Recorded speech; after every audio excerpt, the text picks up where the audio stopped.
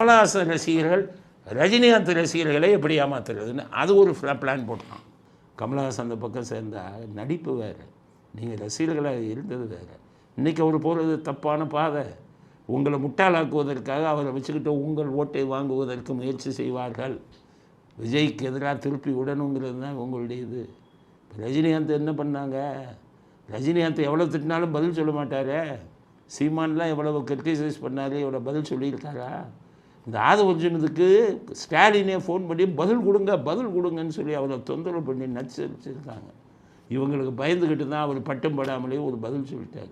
இப்போ ரஜினிகாந்த் ரசிகர்கள் ஓட்டையும் இழுக்கிறதுக்கு பார்க்குறதுக்கு தான் இந்த ரெட்ஜெயின்ட்டு ரஜினிகாந்த் கமலஹாசன் நடிக்க ரெட்ஜெயின் தயாரிக்கிறதுன்னு பேனர் போட்டான். அதனை உடனே தயாரிக்க போகிறான்.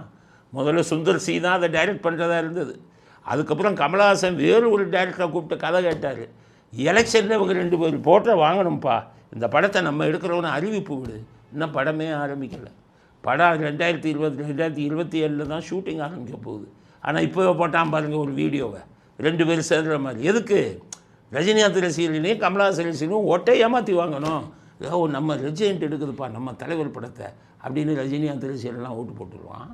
நம்ம தலைவர் படத்தை எடுக்கிறாங்கன்னு கமலஹாசன் ரசிகர்கள்லாம் ஓட்டு போட்டுருவாங்கன்னு உங்கள் 2 பேர்த்தையும் முட்டாளாக்குறதுக்காக 1 வருஷம் கழிச்சு இப்போ எடுக்க போகிற படத்துக்கு இப்போவே ட்ரெய்லர் போட்டான். அந்த படத்தை இவங்க எடுக்கிற ஐடியாவே இல்லை, எலெக்ஷனுக்காக எடுத்தான். அதனால் ரஜினிகாந்த் ரசிகர்களுக்கும் கமலஹாசன் ரசிகர்களுக்கும் சொல்கிறேன், ரஜினிகாந்துக்கு இவர்கள் எந்த நல்ல விஷயத்தையும் செஞ்சதில்லை, பயமுறுத்திக்கிட்டு தான் இருப்பாங்க. இவங்க வந்து திராவிட கூட்டமே திருட்டு கூட்டம். எலெக்ஷன் வந்தால் தான் இது பண்ணுவோம். அதனால் இந்த ரஜினிகாந்த் கமலஹாசனை சேர்த்ததே உங்கள் 2 பேர்த்தை ஏமாற்றி ஓட்டு வாங்கணும்னு.